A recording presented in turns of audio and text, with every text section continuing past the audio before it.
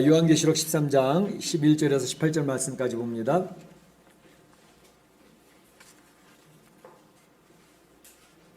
요한계시록 13장 11절에서 18절 말씀까지 같이 한 절씩 교도합니다.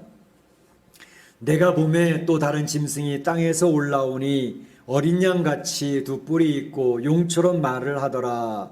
그가 먼저 나온 짐승의 모든 권세를 저한테 거행하고 땅과 땅에 사는 자들을 처음 짐승에게 경배하게 하니 또 죽게 되었다는 상처가 나온 자니라. 큰 이적을 행하되 심지어 사람들 앞에서 불이 하늘로부터 땅에 내려오게 하고 짐승 앞에서 하는가 이적을 행함으로 땅에 거하는 자들을 미혹하여 땅에 거하는 자들에게 이르기를 하에 상하였다가 살아난 짐승을 위하여 우상을 만들라 하더라.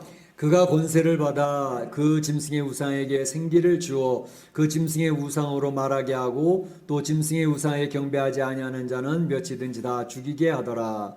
그가 모든 자, 곧 장하겠나 큰 자나 부자나 가난한 자나 자유인이나 종들에게 그 모든 소리나 이마에 표를 받게 하고 누구든지 이 표를 가진 자 외에는 매매를 못하게 하니 이 표는 곧 짐승의 이름이나 그 이름의 수라. 지혜가 여기 있으니 분명한 자는 그 짐승의 수를 세어라. 그것은 사람의 수니 그의 수는 66이니라. 아멘. 아멘. 저희가 이제 계시록을 쭉 차례대로 살펴보고 있는 가운데 있습니다. 이 계시록은 역사의 대종말 그리고 이제 예수님이 재림하기 전에 어떤 일들이 있게 될 것인지 그것들을 설명하는 것이 잘 나오고 있습니다. 저희가 살펴보는 대로 이 계시록의 중심부에는 3대 7중 재앙이 있는 것을 말씀을 드리고 있습니다. 그래서 7 인의 재앙, 7 나팔의 재앙, 7 대접의 재앙이 있다고 말씀을 드렸죠. 그래서 7 나팔의 재앙까지 저희가 이제 살펴보았고 7 대접의 재앙이 15장 16장이 이제 시작이 되는데 그 7 대접의 재앙을 이야기하기 전에 삽입 내용이 들어가는 것이 있다고 말씀을 드렸습니다. 12장부터 14장까지 삽입 내용이 들어가는데 12장에 나와 있던 것은 설명드린 대로 여자, 교회를 상징하는 여자와 붉은 용, 사탄, 옛뱀, 마귀라고 하는 붉은 용에 대한 내용이 나오고 있었고 14장에는 이제 다음에 살펴보겠지만 14만 4천의 교회의 승리에 대해서 이야기를 하고 있고 악인들의 심판에 대해서 14장에서 얘기를 합니다. 그리고 우리가 오늘 살펴보게 될 13장에는 둘로 나눠져 있었는데 지난번에 살펴봤던 것은 전반부에는 바다에서 나온 짐승에 대해서 살펴보았습니다. 그리고 오늘 살펴보는 것은 땅에서 올라온 짐승에 대해서 살펴보게 되겠는데 지난번에 바다에서 올라온 짐승에 대해서 설명한 것을 여러분이 어느 정도나 기억하시는지 모르겠습니다. 우선 바다라고 하는 것이 의미하는 것은 이 세상 나라, 세상의 열강들을 이야기한다는 것을 말씀을 드렸고 또 이 바다에서 오르는 짐승은 10뿔을 가졌고 이 머리가 있는데 이 뿔이라고 하는 것은 강력한 힘을 이야기하는 것이고 또 이 짐승이 얘기하는 것은 신성을 모독하는 말을 막 하는 거죠. 그래서 하나님을 향해서 저주하고 대항하고 이렇게 모욕하는 그런 말들을 많이 하게 되어지는데 이 바다에서 올라온 이 짐승은 이 세상을 다스리는 권세를 가졌더라 이렇게 이야기하고 있습니다. 그래서 막강한 세상 권력으로 이 세상을 통제하고 이 세상을 통치하는 그 세력이 바로 바다에서 올라온 짐승이 되겠습니다. 특별히 짐승을 이야기하는 데 있어서 중요한 것은 이제 죽게 되었다가 다시 살아난 짐승이라는 것을 계속 13장에서 강조하고 있습니다. 죽게 되었던 상처가 나으며 그 온 땅이 이 죽게 되었다 다시 살아난 모습을 보면서 깜짝 놀라가지고 다 놀라서 그 짐승 앞에 굴복을 하고 따라간다라고 하는 이야기를 하고 있습니다. 또 오늘 나와 있는 본문에도 2번이나 이야기하게 될 죽게 되었던 상처가 나은 자에게 경배하게 하고 하는 말도 있고 또 이제 칼에 상하였다 살아난 짐승을 위하여 우상을 만들라라는 그런 말도 있고 그래서 이 바다에서 나온 이 짐승은 예수님을 흉내내고 있더라는 것입니다. 예수님이 십자가에 죽으셨다가 3일 부활하신 것처럼 죽은 것 같았던 그가 다시 살아나는 것을 통해서 세상 사람들이 깜짝 놀라서 그의 그 능력을 보고 그 이적을 보고 그 앞에 굴복을 하게 된다는 것이죠. 그래서 그를 따르기로 작정을 하는 그런 일들이 생긴다는 것을 이야기하고 있습니다. 그래서 8절에도 보게 되면 이 땅에 사는 자들은 다 그 짐승, 바다에서 나온 그 짐승에게 경배하더라 이렇게 되어 있습니다. 이 땅에 있는 모든 자가 그 짐승에게 경배하는 그런 일이 있게 된다는 것을 이해하고 있습니다. 그런데 단 예외가 있었습니다. 모든 땅에 있는 사람이 경배를 하는데 예외에 있던 사람들은 누군가?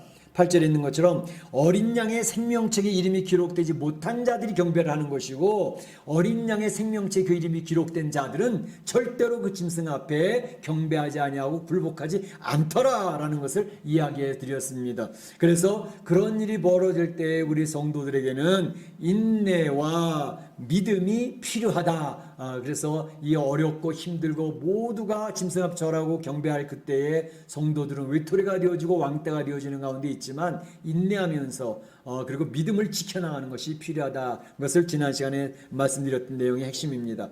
오늘 생각해 보고자 하는 것은 땅에 올라온 둘째 짐승에 대해 살펴보겠는데, 먼저 살펴볼 것은 땅에서 올라온 짐승은 도대체 무엇을 가르치는 것인가 라는 것을 살펴보겠고, 두 번째는 짐승의 표를 받는다는 것은 도대체 무엇을 의미하는 것인가 라는 것을 생각해 보겠고, 셋째로는 짐승의 수는 666이라 했는데 이건 또 뭔가 라는 것에 대해서 우리가 세 가지로 나눠 살펴보고자 하는 것입니다. 땅에서 올라온 짐승은 무엇을 가르치는가? 오늘 11절에 보게 되면 또 다른 짐승이 땅에서 올라오니 어린 양같이 두 뿔이 있고 용처럼 말을 하더라 그랬습니다. 이 땅에서 올라온 짐승을 어린 양같이 용의 말을 하더라 라고 이렇게 되어 있습니다. 용의 말이라는 것은, 용은 뭐죠? 붉은 용이죠. 곧 사탄의 말을 하는 것입니다. 그리고 사탄의 거짓 교훈을 전하는 그런 일을 이 땅에서 올라온 짐승이 감당한다는 것이죠. 마태복음 11장 15절에 보게 되면 거짓 선지자들을 삼가라, 양의 옷을 입었다라고 얘기를 하죠. 양의 옷을 입었어요. 양처럼 보이는 거죠. 그런데 그들이 거짓 선지자다. 그것을 조심해야 된다라고 예수님이 이야기를 해주셨죠. 그래서 이제 마태복음에서도 마태가 이렇게 설명을 했지만 요한계시록에서도 요한도 이 땅에서 올라온 이 짐승이 어떤 것인지 그 정체를 밝히 드러내 알려주고 있습니다. 계시록 16장 13절 또 19장 20절에 보게 되면 바로 이 땅에서 올라온 짐승에 대한 것을 다시 알 수 있도록 설명하고 있는데, 그 내용이 뭐냐 하면 요한계시록 16장 13절에 보게 되면 새 더러운 영이 있으니, 세 가지의 더러운 영이 있었다 그랬습니다. 그것은 첫째 용의 입, 붉은 용의 입, 두 번째 짐승의 입, 세 번째 거짓 선지자의 입, 이렇게 얘기했습니다. 그래서 용의 입은 붉은 용을 얘기하고, 짐승의 입은 바다에서 올라왔던 그 입을, 짐승을 이야기하고, 세 번째는 땅에서 올라온 짐승을 이야기하는데, 땅에서 올라온 짐승을 정의하기를 거짓 선지자의 입이다 이렇게 설명을 하고 있는 것입니다. 그래서 바로 땅에서 올라온 짐승을 거짓 선지자라고 얘기하고 있습니다. 한 것을 더 보게 되면 오늘 14절에 짐승 앞에서 받은 바 이적을 행함으로 땅에 거하는 자들을 미혹한다 이렇게 있죠. 이 땅에서 올라온 짐승은 이적을 행합니다. 그래서 땅에 거하는 많은 사람들을 미혹하는 이런 일들을 하는데, 바로 이적을 행하는 이런 미혹하는 자가 누구냐? 요한계시록 19장 20절에 보게 되면 이렇게 되어 있습니다. 짐승이 잡히고, 이 짐승은 바다에서 올라왔던 그 짐승입니다. 그 앞에서 이적을 행하던 거짓 선지자들도 잡혔으니 이는 짐승의 표를 받고 그의 우상에게 경배하는 자들을 이적으로 미혹하던 자다라고 이렇게 정확하게 설명을 하고 있습니다. 그러니까 땅에서 올라온 자는 거짓 선지자다라는 것을 이야기하고 있죠.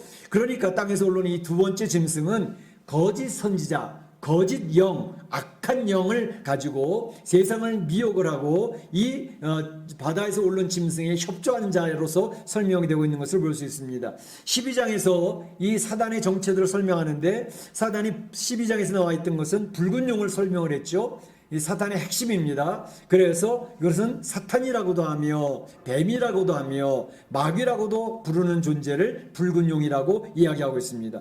그리고 13장에서는 두 가지 짐승을 이야기했는데, 바다에서 올라온 첫 번째 짐승은 바로 이 세상을 통제하고 이 세상을 통치하고 하나님 앞에 대항하는데 막강한 힘을 가지고 있는 적그리스도의 세력이 바로 이제 바다에서 올라온 짐승으로 표현되고 있습니다. 그런가 하면 13장 후반부에 나와 있는 바로 이 땅에서 올라온 짐승은 거짓 영, 용의 말을 하고 세상 사람들을 미혹을 하고 적그리스도, 세상을 통치하는 그러한 통제하는 그들에게 적극 협력해서 거짓의 영을 가지고 많은 사람들을 미혹해 나가는 그 영을 이야기하고 있습니다. 그러니까 이 내용을 가만히 보게 되면 하나님이 삼위일체로 사역을 하시잖아요. 성부 하나님, 성자 하나님, 성령 하나님, 이게 삼위일체로 사역을 하셔서 마치 이 삼위일체가 있는 것처럼 사단도 하나님 흉내를 계속 내는 겁니다. 잘 보시면 사단은 계속해서 하나님 흉내를 내고 있는 것을 볼 수 있어요. 그러니까 땅에서 올라온 둘째 짐승은 바로 거짓 영이라 그랬잖아요. 그리고 거짓 선지자라고 얘기했고 악한 영을 얘기하는데 바로 이것은 첫째 짐승은 바다에서 올라온 적그리스도의 세력이거든요. 세상을 막강한 힘으로 통치하고 세상을 자기 앞에 굴복시키려고 하는 그러한 역사들을 하는 그 바다에서 올라온 짐승에게 적극적으로 협력하는, 그래서 그 바다에서 올라온 짐승에게로 이끌고 그 앞에 굴복하도록 인도하는 그 일들을 하는 것이 바로 이 땅에서 올라온 짐승입니다. 그러니까 성령께서 하시는 일에서 가장 핵심적인 내용이 뭐죠? 성령님이 하시는 일은 여러 가지가 있지만 그 중에 가장 핵심적인 것은 성령님은 예수 그리스도를 알게 하는 영입니다. 예수 그리스도에게로 인도하는 영입니다.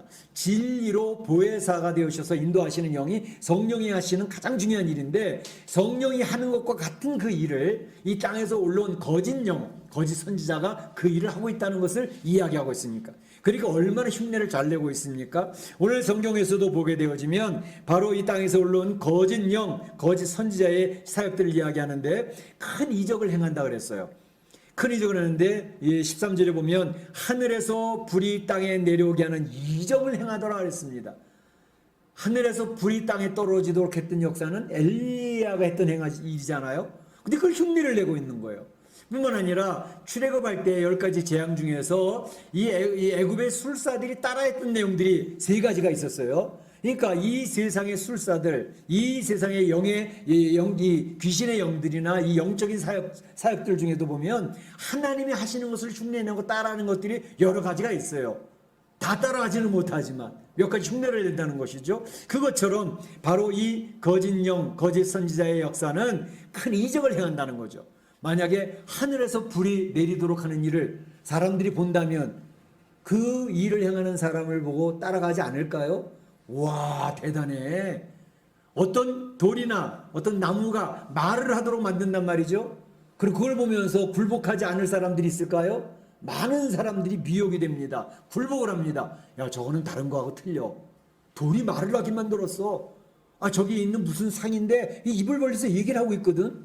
피를 막 흘리고 있거든. 나무가 막 이야기를 한단 말이야. 그런 일들을 행한다는 거예요. 마지막 때 사단의 역사는, 이 거짓 영의 역사는 그런 일들을 행한다는 거죠. 그러니까 많은 사람들이 그걸 보면서 따라가게 된다는 것입니다. 뿐만 아니라 14절에 보게 되면 첫째 짐승에게 받은 능력으로 이적을 행하여 땅에 거하는 자들을 미혹한다. 별별 일을 다 합니다. 마지막 때에는 별별 일을 다 합니다. 그러니까 이적을 따라간다든지 신비를 따라가는 사람, 신비 체험하는 걸 굉장히 따라가는 신앙인들은 굉장히 조심해야 될 부분이에요. 왜냐하면 신비한 역사를 그들이 행하거든. 그러니까 이단에 미혹이 되어지고 그걸 따라가는 거예요. 우리 눈앞에서 보여진단 말이에요. 현실에서 희한한 일을 벌이는 것을 우리가 보고 목격을 하고 경험하게 된단 말이에요.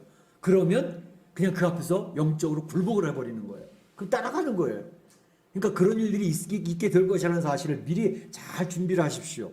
그 다음에 14절에 오게 되면 첫째 짐승을 위해 우상을 만들게 하고 섬기게 하도록 한다 그랬습니다.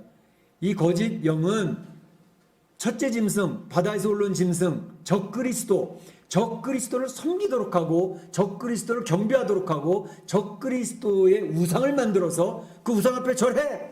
우상을 섬기도록 해! 라고 지시를 한다는 거예요. 그런 일이 벌어지고 15절에 보게 되면 권세를 받아 그 짐승 우상에게 생기를 주고 말하게 하고, 거짓 영의 능력이 얼마나 대단합니까? 우상을 만들 뿐만 아니라 첫째 그 적그리스도를 위해서 우상도 만들어주고 그 우상 앞에 섬기라고 경배하라고 그 강요할 뿐만 아니라 그 우상이 말도 하도록 한다는 말이죠. 그 돌이 말을 하는 겁니다. 나무들이 말을 하는 겁니다. 그런 역사를 우리 사람들 앞에서 보여주는 겁니다. 그러니까 생기를 준다라는 얘기가 표현까지도 하고 생기를 준다. 여러분 생기를 준다는 말에 딱 떠오르는 구절이 있지 않습니까? 생기를 준다는 것은 이 요한계시록 11장 11절에 보게 되면 두 증인에 대해서 제가 설교를 했던 적이 있습니다. 두 증인은 교회 공동체라는 것을 말씀을 드렸죠. 그래서 하나님을 증거하고 하나님의 나라를 소개하는 교회 공동체 성도들을 이야기하는데 이들이 핍박과 환난을 당하면서 완전히 이 길가에 널브러진 상태처럼 되어지는 그런 일들이 벌어진다 그랬어요. 다 성도들이 죽은 것처럼 교회가 다 파괴된 것처럼 되어진 그런 상황이 있지만 하나님으로부터 생기가 옴으로써 그 죽었던 것 같은 교회가 그 성도들이 다시 일어나서 활기를 찾고 부활의 그 역사를 감당하는 것을 설명을 드렸습니다. 그런데 그거를 지금 이 거짓 영이 흉내를 낸다.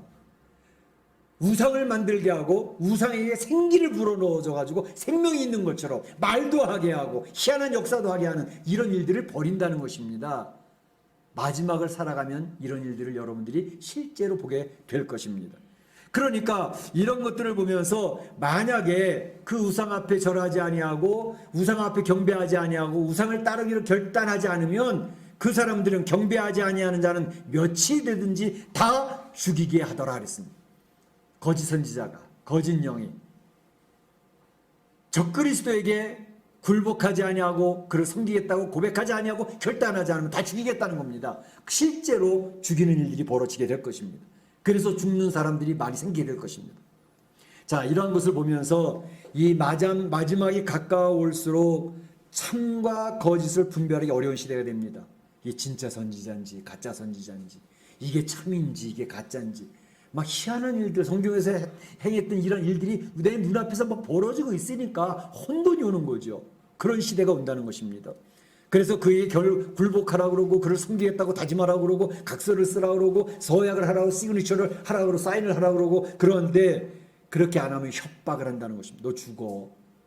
그리고 때로는 회유하고 아름다운 모습으로 미혹을 하고 그래서 어찌 하든지 이 사탄 앞에 붉은 영 앞에 적그리스도 앞에 거짓 선지자 앞에 굴복하도록 이끌어가는 교묘한 술책들이 계속 나오게 될 것이라는 것을 이야기하고 있습니다. 그러니까 하나님의 역사를 흉내내니까 위에 하늘에서 불도 내리고 돌과 나무가 말도 하고 하는 이런 일들 하게 되니까 이 세상 사람들은 말할 것도 없고 하나님의 전에 나와서 예배드리던 성도들조차도 넘어지기 쉬운 그런 환경이 조성되어진다는 것을 이야기하고 있습니다. 그렇기 때문에 성도들이 이러한 때가 있다는 것을 미리 머리에 그림을 그리고 미리 대비를 하고 준비하면서 말씀을 읽고 말씀 앞에 경고히 서야 된다는 것입니다. 기도하면서 주의 능력을 더 입어야 된다는 것입니다. 그리고 결단을 냈어도 이기려면 담대함이 있어야 됩니다.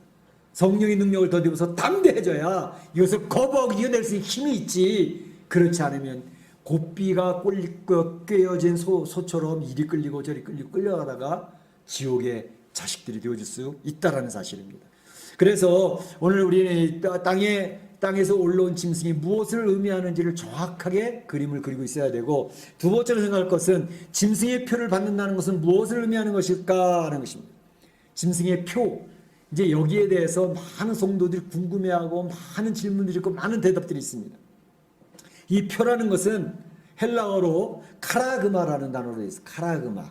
이것은 긁힌 자국 또는 어떤 조각 또는 어떤 인침 뭐 이런 것들을 의미하는 것이 카라그마라는 단어입니다. 근데 바로 이것도 하나님이 하신 일들을 흉내내는 것 중에 하나입니다. 요한계시록 7장 3절에서 우리가 살펴왔던 것 중에서 하나님의 종들의 이마에 인치기까지 해야지 말라라고 얘기했죠. 재앙이 선포되기 전에 하나님께서 내 천사와 내 모퉁이를 붙잡아서 바람이 불지 못하도록 해라. 왜? 하나님의 사람들의 이마에 인을 칠 때까지 보류 하고서 하나님이 하나님의 백성들의 이마에 인을 친다 그랬습니다. 물론 여기서 하나님이 이마에 인 친다는 이마에 표시가 난다는 의미가 아니고 바로 그것은 성령으로 말미암아 하나님의 자녀라는 확신을 갖게 한다는 것입니다. 그게 성령의 인침을 받는 겁니다. 여러분 생각할 때 이마에다 뭘 달고 다니나 무슨 글씨가 쓰이나 그렇게 생각하는 건 그건 오해입니다. 성령으로 인침받는 것을 이야기하는 것으로서 예수 그리스도께서 나를 위해 죽으셨다는 사실을 확신하고 나는 하나님 예수님의 사랑을 받는 존재라는 것을 확신하고 내가 그 주님을 위하여서 나의 생명을 다하고 나의 삶을 살아가겠다고 돌아서는 회개가 일어난 사람이고 그래서 그 주님의 말씀대로 때로는 실패하고 쓰러지고 넘어진 연약함도 있지만 방향은 확실하게 하나님의 나라를 향해서 뚜벅뚜벅 걸어가는 하나님의 백성으로 구별되어졌다는 것을 의미하는 것이거든요. 그의 성령으로 인침받은 이마에 일을 받은 하나님의 백성의 표시인 것입니다. 근데 이것을 흉내내는 거예요 지금 사탄이. 어떻게? 바로 이 하나님이 잊혔다는 것은 바로 너는 하나님의 소유야, 하나님의 소속이야. 그래서 하나님의 어떤 환난과 기뻐가 있어도 보호할 거라고 하는 표시를 주는 게 성령의 인침을 받는 거거든요. 그러니까 하나님의 백성이라는 사실이 확신이 되어지고 확인이 되어지는 거예요. 그게 성도들은 생활을 해나갈수록 신앙생활을 하면 할수록 자기 스스로가 맨 처음에 세례가 될 때도 잘 몰랐는데 점점 하나님과 인격적인 교제를 해나가면서 아 내가 하나님 앞에 사랑받는 존재구나. 내가 하나님 앞에 구별되어진 구원받은 존재라는 사실을 점점 알아갑니다. 희미하게 알던 것이 점점 갈수록 조금씩 더 확실하게 알아져가는 거죠. 그래서 구원받은 하나님의 백성의 사실 자기도 알고 가족들도 알게 되어지고 다른 사람도 알게 되어지는 이러한 성도의 변화가 나타나는 것이죠. 그런데 오늘 보게 되면 거짓 영 흉내를 내는데 거짓 하나님 인침받지 아니하는 이 세상 사람들 향해서 너는 내 소유야, 너는 내 통제 아래 있어 라고 하는 표시를 한다는 것입니다.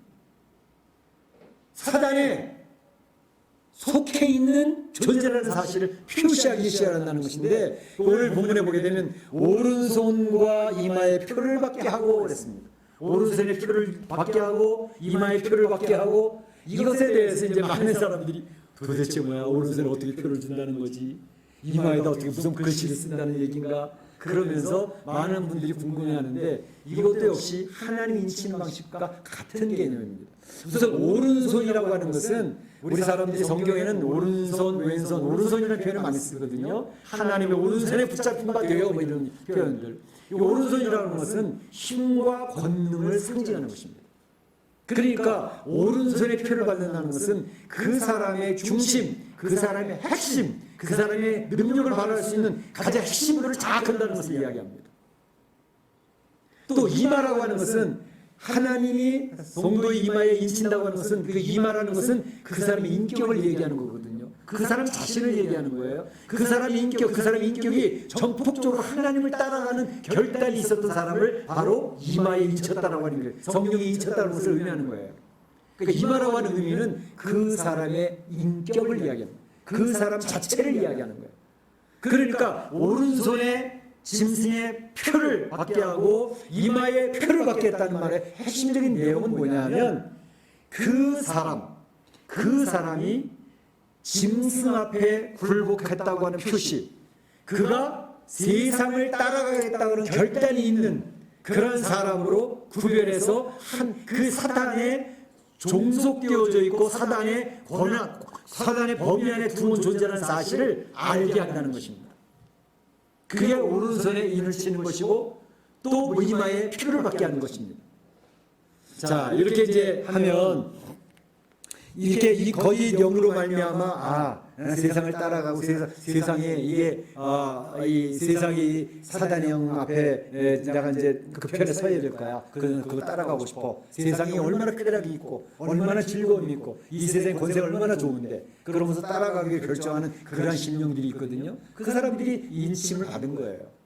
사단에게 오른손에 이마에 표를 받은 거예요. 근데 어떤 사람들이 이제 그런 얘기를 합니다. 아이 목사님 저도 유튜브를 쭉 보고 뭐 마지막 종말론에 대해서 많은 거 봤는데요. 뭐 베리칩이라는 거 있잖아요. 베리칩이라는 거 받으면 짐승이 표가 되어져 가지고 그 사람은 구원 못 받는다 그러는데 절대로 이 베리칩을 받아서는 안 된다고 막 그렇게 얘기를 하는데 그건 뭡니까? 옛날부터 이 짐승의 표 666에 대한 이야기는 많이 있었습니다.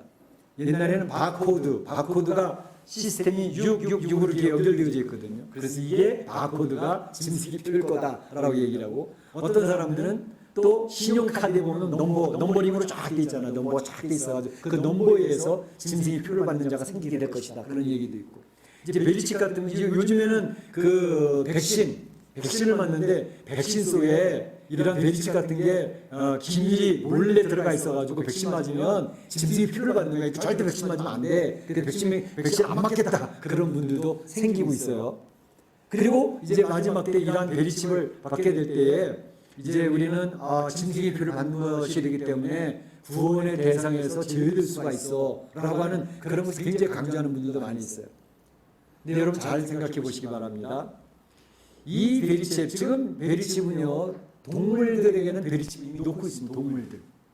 그래서 그 동물들을 어떻게 의학적으로 관리하고 있는지, 어떠한 면역을 접종을 했는지 뭐 그런 것들이 다 들어가 표시가 되어 있어요. 심지어 미국 같은 데서도 그렇고 좀 선진국에서는 이 나이 많은 시니어 환자들, 노인들 그런 분들에게는 이런 베리칩을 놔줘요.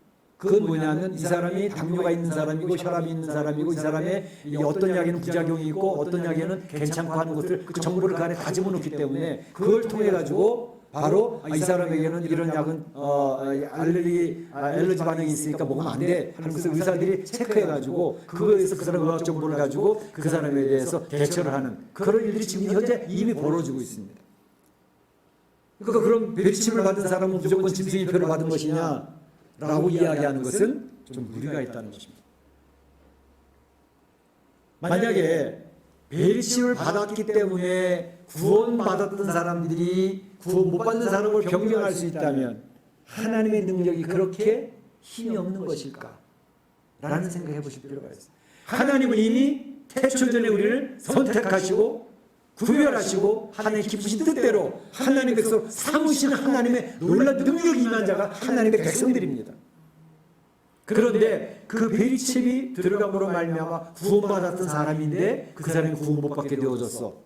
이거는 신학적으로나 성경적으로 논리적으로 맞지가 않아요.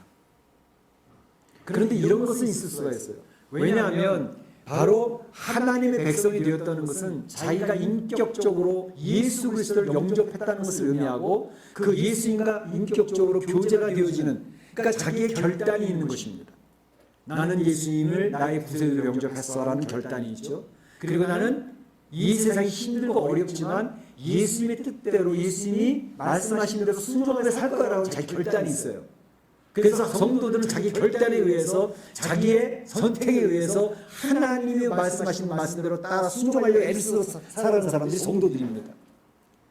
그런데 베리칩을 맞았는데 요즘 많은 사람들이 이야기하기를 베리칩 안에는 이제 서로 우리 뇌하고 연결되어 있는 시스템이 되어져 가지고 우리 머리에 결정과 결단과 나의 의지와 상관없이 사람을 조종할 수 있는 그런 기술이 개발된다고 하더라. 요새 빌 게이츠가 모든 사람에게는 베리칩을 다 놔서 그걸 통제해야 된다 그러더라. 그런 얘기들이 있는데 만약에 베리칩 안에 어떤 통신 시스템이 들어가 가지고 그야말로 우리의 뇌를 장악을 해 가지고 우리가 결단을 내 자유의지에서 결단하지 못하도록 통제하는 그런 게 실제적으로 실현화된다 그러면 우리 성도들은 나를 나의 결단과 나의 자유의지와 상관없이 나를 통제하는 그러한 시스템을 우리 몸에다 박는다고 하면 우리는 단연코 거부를 해야죠. 왜? 나의 결정이나 나의 자유의지와 상관없이 나를 끌고 가려고 하는 그런 의도가 들어가 있다고 하면 그걸 어떻게 내가 따라가겠습니까? 나에게 손해가 되더라도 내 생명이 위험을 갖더라도 그걸 거부해야죠. 그렇잖아요? 그런데 중요한 사실은 우리 성도들을 하나님의 자녀라고 성령으로 인침받은 성도들은 이러한 짐승의 어떠한 의도에 의해서 우리의 구원이 왔다 갔다 하지 않는다는 사실입니다. 베리칩을 받았기 때문에 그 사람이 구원 못 받는 짐승의 권한으로 들어갔다. 그럴 일 없어요. 하나님은 그렇게 유약하신 분이 아닙니다. 하나님이 사탄보다 약하지 않습니다. 사탄이 자기 마음대로 하나님의 백성들을 끌고 나가서 자기의 권속으로 만들 수가 없습니다. 이게 사탄이 가지고 있는 제안이에요. 그렇기 때문에 우리 성도들이 마지막 살면서 베리칩 받아야 돼 말아야 돼 그것보다 그건 별로 중요하지 않습니다. 그것보다 중요한 것은 내 마음에 예수님을 마음에 영접하고 나는 예수님의 사람으로 살아가겠다고 하는 결단과 결정이 분명히 있느냐 없느냐. 내가 인격적으로 주님과의 교제 속에서 주의 말씀대로 살겠다고 하는 그런 삶의 모습이 있느냐 없느냐, 이게 중요한 것입니다. 이게 없다면 나는 예수님 별로 모르겠어, 하나님이 역사하는지 잘 모르겠고 나는 세상 가는 데를 갈 거야, 이 사람들이 이미 베리심을 안 받았어도 짐승의표를 받은 사람들입니다. 베리심을 받기 이전에 이미 짐승의 표로 다 그 사람들이 너는 하나님의 백성이 아니야라는 것이 표시가 된 사람들이에요. 그걸 꼭 기억하시기 바랍니다. 예수님을 많이 영접하고 주님과 인격적으로 교제가 이루어지고 하나님의 백성된 성령이 인침받은 사람들은 짐승의 표를 받을 수가 없습니다. 그것에 의해서 우리 구원이 바뀌어지지 않습니다. 믿으시기를 축원합니다. 축원합니다. 마지막 때 그런 것 때문에 너무 겁내지 마시기 바랍니다. 그래서 이 적그리스도가 바로 이 세상 사람들에게 인을 치는 거죠. 너는 하나님 백성 아니고 내 백성이야. 너는 하나님을 따라하는 사람 아니고 내 말을 들을 사람이야 라고 쭉쭉 인쳐나가는 그런 일들이 이미 벌어지고 있고요. 마지막 때는 그것이 더 확실하게 드러나는데, 오른손과 이마에 받는다는 것은 그들이 자기의 중심에서 하나님을 따르지 않기로 결정을 했어요.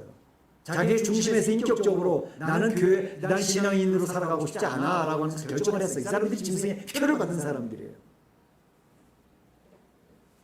이 적그리스도가 이제 통제하는 세상의 권력, 거짓 영의 협조 아래서 이 세상의 이제 부패한 영혼들, 하나님을 떠난 영혼들은 이 세상의 동화가 되어집니다. 세상에 따라 살아갑니다. 그리고 세속화가 되어집니다. 그래서 그들의 마음속에는 하나님을 무시함이 생깁니다. 하나님을 거부하는 마음이 생깁니다. 하나님 앞에 도전하고자 합니다. 이 사람들이 짐승의 표를 받은 사람들. 사단이 그의 본속으로 높기 때문에, 그의 소속이기 때문에 하나님하고는 별로 관심이 없어요. 관계도 없어요. 하나님에 대해서는 별로 그분의 말씀을 듣고자 하는 마음이 자체가 없어요. 그러니까 그 사람들은 지옥으로 가는 겁니다. 요즘에 지난번에 잠깐 말씀드렸던 것처럼 국회에서 117차 상원 하원 의원 이제 연합 회의를 일으키면서 개회 예배를 드리는데, 그 개회 예배를 기도하는 사람이 상원의 원목이나 하원의 원목이 한 게 아니라 하원에 있었던 이제 감리교 출신의 목사님, 2005년까지 목회했던 목사님이 기도를 하는데 어떻게 기도한다고요? 힌두교의 브라만의 이름으로 기도합니다. 또 이세상 섬기는 모든 신들의 이름으로 기도합니다. 그러려고 대답하기를 뭐라고요? 아멘.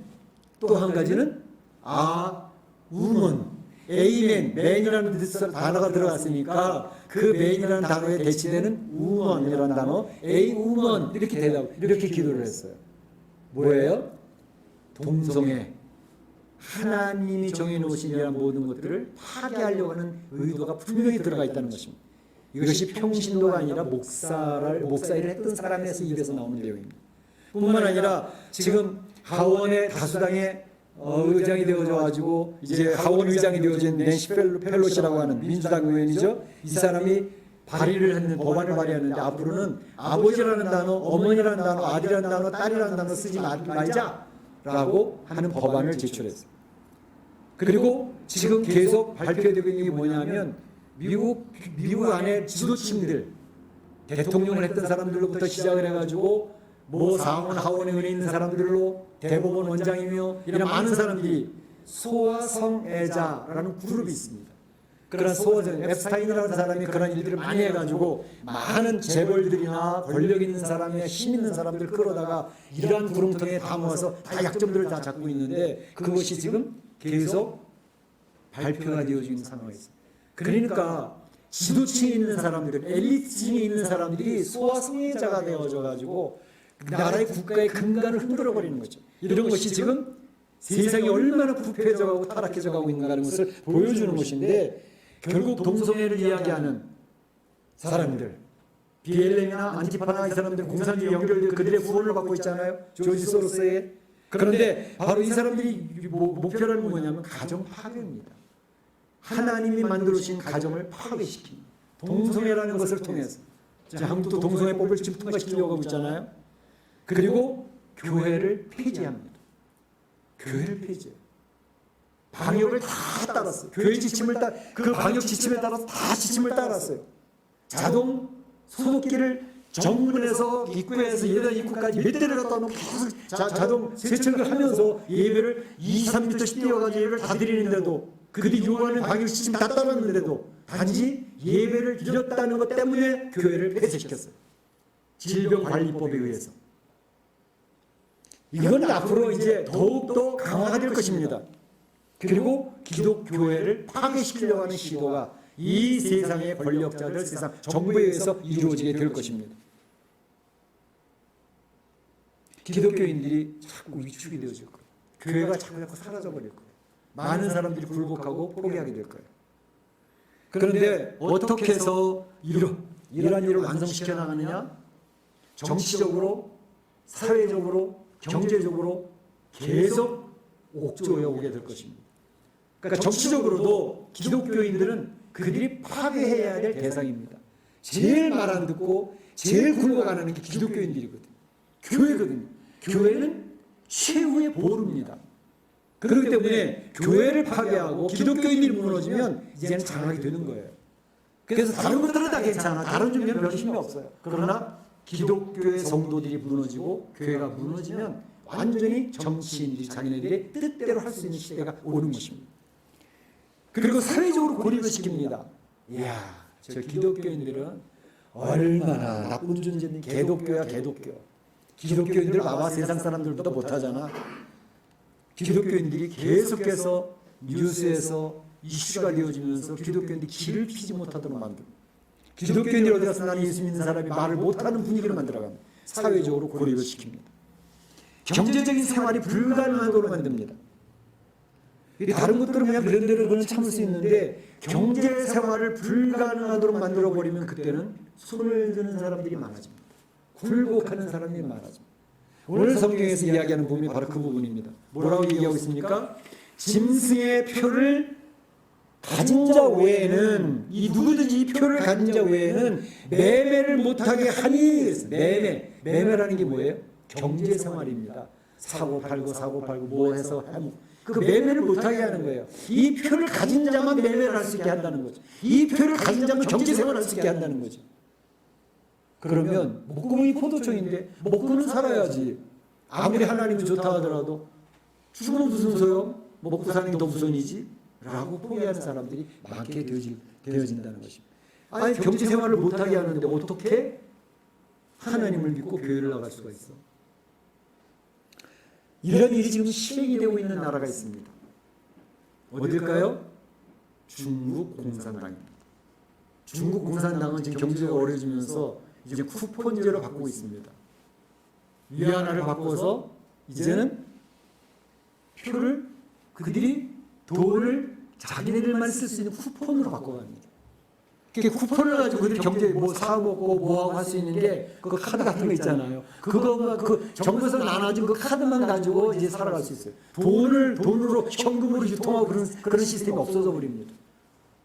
중국에 썼던 그 시스템을 전 세계가 점점 따라가게 될 것입니다. 그렇게 되어지면 무슨 말이냐? 정부에서 경제 생활할 수 있는 쿠폰 돈을 나눠주는데 예수님 믿는다고 하는 사람한테는 안 줘버리는 거예요. 고뇌를 받는 거예요. 각서를 쓰게 하는 거예요. 너 교회 나갈 거야, 안 나갈 거야? 안 나간다 그러면 줄게.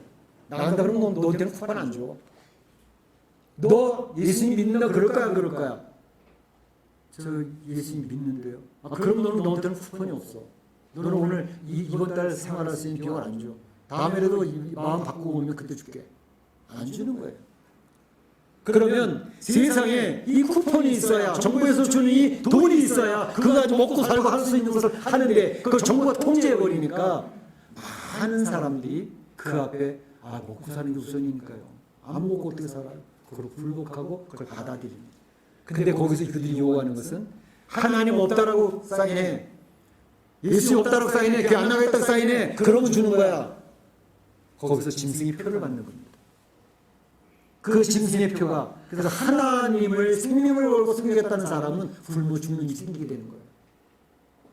이런 일들이 점점 현실화, 실현화가 되어지고 있습니다. 16절에 모든 자, 그래서 모든 자는 뭐라고 얘기하고 있습니까? 작은 자나 큰 자나 부자나 가난한 자나 자유인이나 종들이나 그 오른손이나 이마에 표를 받게 하고 짐승 앞에 굴복하겠다고 하는 표가 주어지는 거예요. 나는 더 이상 하나님 안 믿을 거고 교회 안 나갈 테니까 나한테 먹을 거 쿠폰을 주시오, 돈을 주시오. 그걸 굴복한다니까요. 그래서 짐승의 표가 그에게 찍히는 겁니다. 그러니까 배리침을 받는 게 중요한 게 아니라 우리 마음의 결단과 결정이 중요한 거예요. 내가 하나님을 따르기로 죽어도 하나님 따르 결정할 것인가, 아니면 내 입이 포도청이니까 예수님 다시 믿으면 되지 뭐 그러고 굴복하고 그들의 표를 받을 것인가. 그 결정을 선택해야 될 때가 가까워오고 있습니다. 우리는 어떻게 할 것인가. 그런데 중요한 것은 하나님의 인침을 받은 사람들 있잖아요. 성령의 인침을 받아서 하나님의 자녀된 백성은 절대로 그들의 그 회유와 협박과 그들의 미혹에 굴복하지 않습니다. 그래서 하나님 앞에 구원받은 백성은 짐승의 표를 절대 안 받게 되는 것입니다. 그런 일은 벌어지지 않습니다. 이게 하나님의 권능이고 능력입니다. 내가 죽더라도 나는 쿠폰을 안 받아. 내가 죽더라도 배치 안 받을 수 있어. 나한테 손해가 되더라도. 그런 결단을 하는 사람들이 하나님의 백성들이 된다는 사실입니다. 그러니까 배치임을 받을 것이면 그것 때문에 걱정하지 마시고요. 내가 하나님을 따를 것인가 아니면 하나님을 거부할 것인가를 그것 때문에 고민해야 된다는 것입니다. 짐승의 수 666이라는 것은 무엇을 의미할까요? 히브리어나 헬라어에는 아라비아 숫자처럼 숫자가 없습니다. 그래서 그 알파벳 그곳에 숫자 값을 매깁니다. 이를테면 알파, 베타, 감마 헬라어잖아요. 알파는 1, 베타는 2, 감마는 3 이런 식으로 숫자가 매겨져 있어가지고 그 숫자를 가지고 숫자 값을 하는 게 뭐죠? 이걸 게마트리아라고 합니다. 아라비아에는 아라비아는 숫자가 있었는데 이런 헬라어나 히브리어에는 수가 없었어요. 그러니까 글자를 가지고 수를 만들어서 이렇게 그들이 정해놓은 거예요. 그런데 그 숫자를 가지고 숫자 놀이를 많이 해요. 네 이름을 보니까 숫자 계산을 해보니까 너는 445네, 너는 보니까 153이네, 이렇게 숫자 놀이를 하는 것을 이솝세피아라고 합니다. 그런데 바로 여기 나와 있는 짐승이라는 헬라어는 세리온이라는 단어인데 이거를 보면 이게 666입니다. 숫자 값이. 짐승이라는 단어 이름이 단어 숫자 값이 666이에요.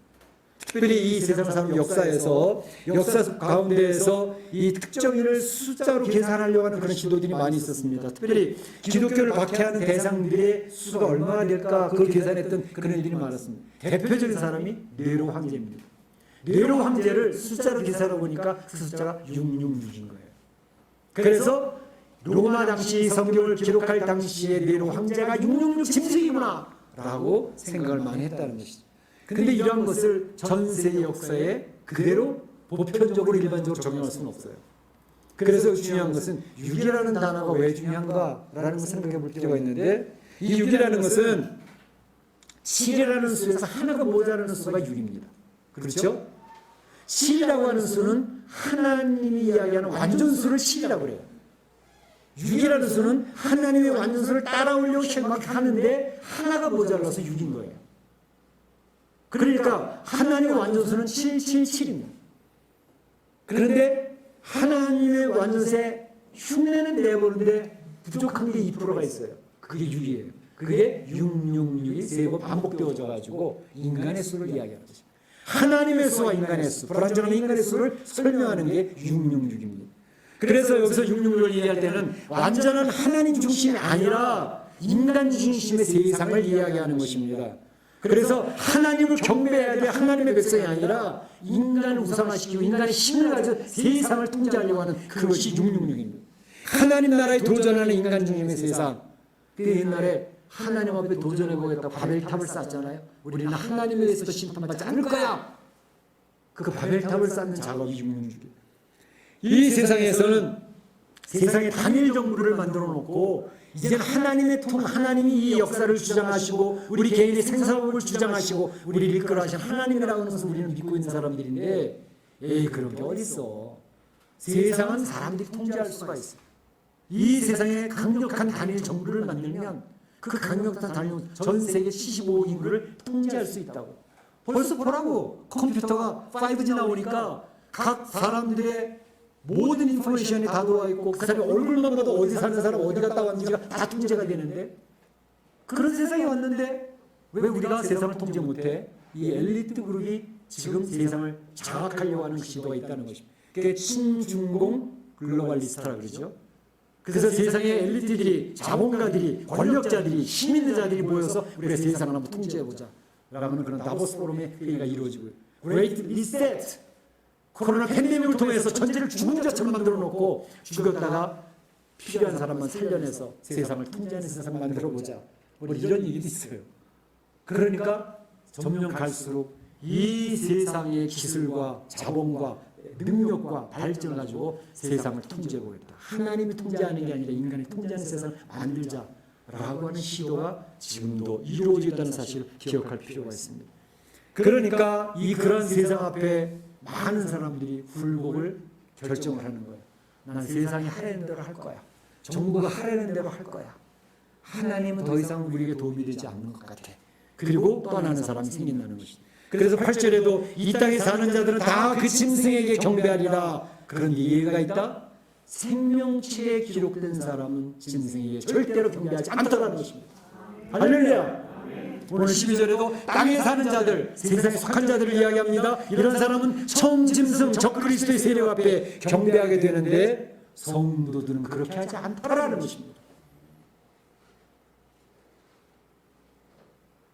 하나님의 인침받은, 성령으로 인침받은 주의 백성들은 짐승의 표를 절대로 받지 않습니다.